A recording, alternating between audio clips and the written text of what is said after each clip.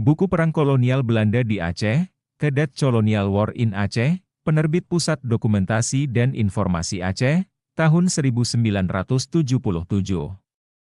Kembalinya Teku Kat Ali Basyah, salah seorang keluarga Panglima Polem, secara sukarela ke tempat tinggalnya di daerah yang diduduki Belanda dan menyerahnya Teku Kat Tungkob pada tanggal 8 Desember 1898 memberi pengaruh yang menguntungkan kepada pihak Belanda di Aceh Besar. Beberapa bulan sebelum ini Tekuci, Peusangan telah melaporkan diri pula kepada pihak Belanda. Pada bulan November 1899 Sultan Muhammad Daud Shah dan Panglima Polem terpaksa mengundurkan diri dari Pidi dan menuju ke timur, ke Peusangan. Belanda mengejar mereka, dan dalam pertempuran di Bukit Chotpie pasukan Sultan dan Panglima Polem yang mempunyai persenjataan yang baik telah menyebabkan pihak Belanda kerugian 3 orang tewas dan 8 orang luka-luka, sedang pihak Aceh 34 orang syahid.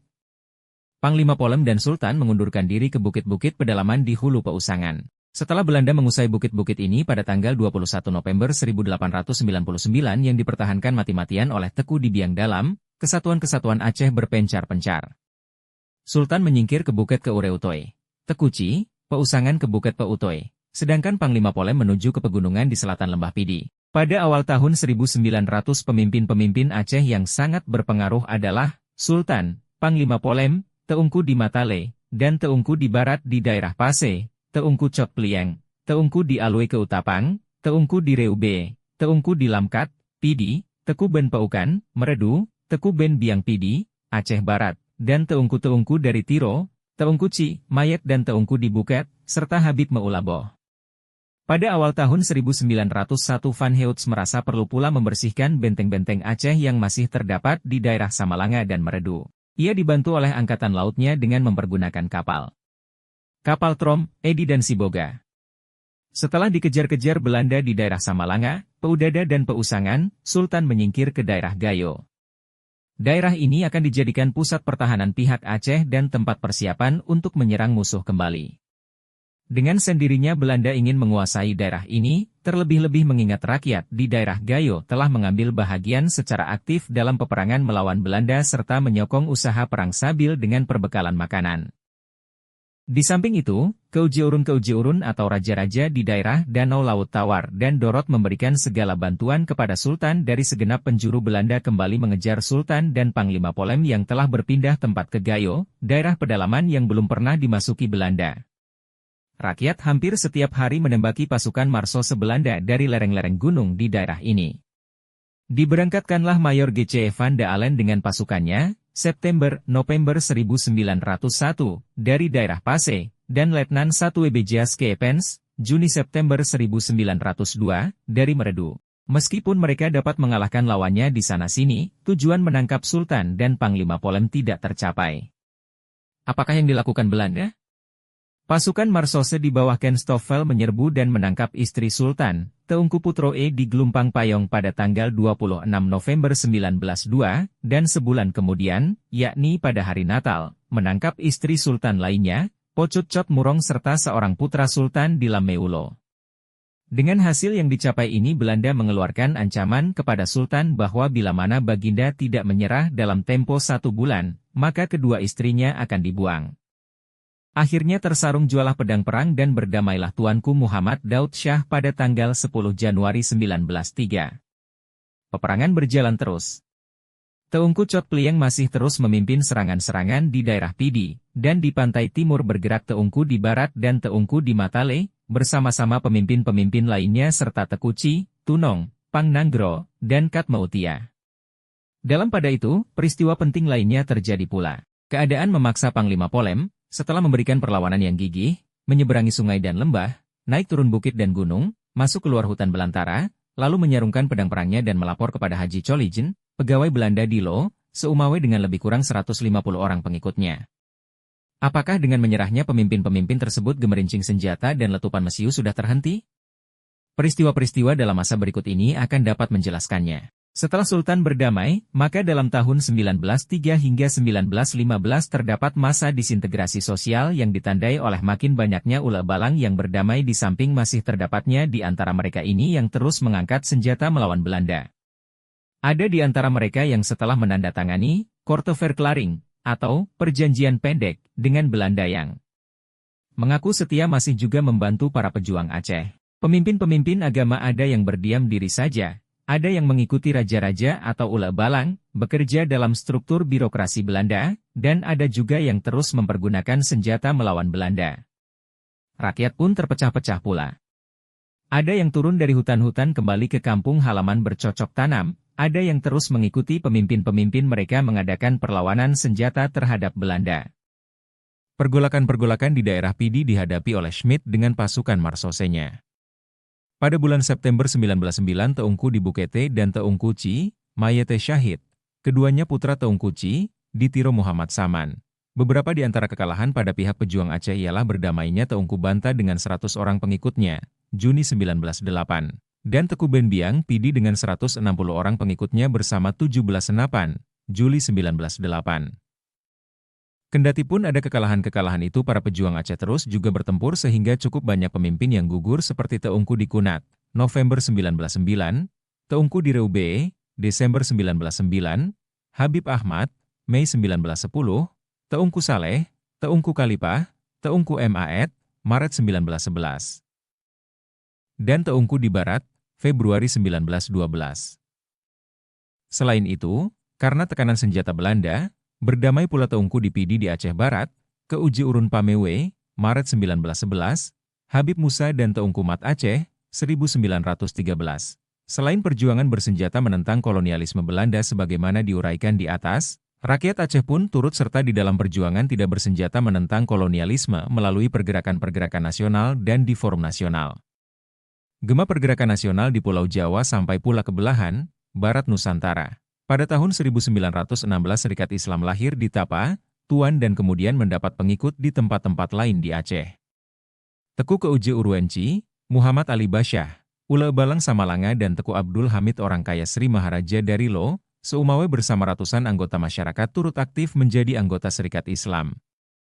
Sebagai akibat dari kegiatannya di dalam Serikat Islam, pada tahun 1920 Teku Ci, Muhammad Saidi dari Cunda, Teku Abdul Latif dari Geudong dan Teku Ribujang dari Nisam dibuang keluar Aceh, masing-masing ke Sumatera Barat, kemudian ke Pulau Jawa, ke Timor dan ke Irian Jaya, Tanah Merah. Selain turut serta dalam pergerakan nasional di daerah, sejumlah putra daerah Aceh lulusan sekolah-sekolah pemerintah Hindia Belanda turut pula berkecimpung di dalam pergerakan nasional di Pulau Jawa, antara lain Teku Muhammad Hanafiah dari Paukan Bada, Teku Muhammad Hasan dari Pineung yang aktif di dalam Jong Sumatranen Bond yang bersama-sama pemuda Muhammad Yamin dan lain-lain turut memberi sumbangan dalam kelahiran Sumpah Pemuda tanggal 28 Oktober 1928. Menjelang tanggal 28 Oktober 1928 pemuda Teku Muhammad Hanafiah yang sedang melanjutkan pendidikannya pada Rijkshoge School di Batavia adalah seorang pimpinan Jong Sumatranen Bond. Perserikatan itu menunjuk beliau menyusun buku peringatan 10 tahun Jong Sumatranen Bond, sedangkan pemuda Muhammad Yamin mewakili perserikatan itu dalam rangka pertemuan pemuda pada tanggal 28 Oktober 1928. Baik Teku Muhammad Hanafiah maupun Teku Muhammad Hasan pernah menjadi wakil ketua Jong Sumatranen Bond. Sementara itu pada tahun 1918 Teku Ci, Muhammad Hayep, seorang lulusan Osvia, Opleidingsschool voor Indische Ambtenaren Sekolah Pamong Praja, yang kemudian menjadi Ule Balang Peureula. Duduk di dalam Volksraad serta aktif di dalam Nationaal Indische Partij, NIP. Karena keberaniannya, Teku Ci, Muhammad Hayep hanya kira-kira 2 tahun saja diperkenankan oleh pemerintah Hindia Belanda duduk di Volksraad. Kemudian tekunya, Arif dari Sagi XXV Mukim Aceh Besar diangkat menjadi anggota Volksraad pada tahun 1927 hingga 1932. Tekunya, Arif bersama Suangkupon, RP Suroso, M. Husni Thamrin, Kusumo Utoyo, Dwi Josowoyo, Muhtar, Datuk Kayo, Sutadi dan Pangeran Ali membentuk fraksi nasional di dalam Volksraad pada bulan Januari 1930 dengan tujuan mencapai Indonesia merdeka secepat mungkin. Kira-kira 4 bulan sebelum lahirnya Sumpah Pemuda tanggal 28 Oktober 1928, dalam sidang Volksraad tanggal 18 Juni 1928 tekunya, Arif dengan semangat yang berapi-api disertai keharuan dan kecintaan tanah air yang meluap-luap telah mengumandangkan kata dan pengertian Indonesia dan bahwa kesatuan nasional merupakan prasyarat mutlak untuk mencapai kemerdekaan Indonesia. Beliau menegaskan bahwa persyaratan untuk kesatuan nasional telah kita miliki. Selain memperjuangkan kepentingan rakyat di daerah Aceh Tekunya, Arief di Volksraad turut pula memperjuangkan bidang pendidikan nasional yang mencakup usul-usul untuk memberi kesempatan yang luas kepada rakyat untuk melanjutkan pendidikan ke sekolah-sekolah yang lebih tinggi, perbaikan gaji guru, serta peningkatan mutu para guru di Indonesia. Di samping kecaman-kecaman yang dilakukan terhadap politik pemerintah Hindia Belanda di bidang perekonomian dan perpajakan dalam salah satu usaha Pemersatuan Indonesia, Tekunya, Arief dalam sidang Volksraad menolak kebijaksanaan pemerintah Hindia Belanda yang menggunakan bahasa daerah sebagai bahasa pengantar di sekolah-sekolah, dan sebaliknya mengusulkan agar bahasa Indonesia, bahasa Melayu dipergunakan sebagai bahasa pengantar di sekolah-sekolah. Tumbuhnya organisasi Muhammadiyah disambut pula di daerah Aceh dengan didirikannya organisasi Muhammadiyah pada tahun 1923 di Kutaraja, tetapi karena tindakan politik kolonial Belanda tidak memberi kesempatan kepada rakyat Indonesia untuk menggunakan sarana organisasi politik dalam perjuangan nasional, maka Muhammadiyah di daerah Aceh telah berhasil dimanfaatkan menjadi sarana perjuangan politik dengan cabang-cabangnya yang didirikan hampir di seluruh daerah Aceh. Muhammadiyah dilarang di Aceh Barat karena dikhawatirkan oleh pihak Belanda bahwa Muhammadiyah dapat digunakan sebagai sarana untuk menentang pemerintah Hindia Belanda, terutama karena Aceh Barat di sekitar tahun-tahun 20-an masih rawan karena masih bergemerincingnya pedang pejuang-pejuang Aceh. Pada permulaan tahun 1924 tampak gejala-gejala bahwa akan timbul perlawanan baru di Aceh Selatan. Gejala-gejala itu menjadi kenyataan pada tahun 1925 dan dipimpin oleh Kat Ali, bekas Panglima Teku Ben Biang Pidi.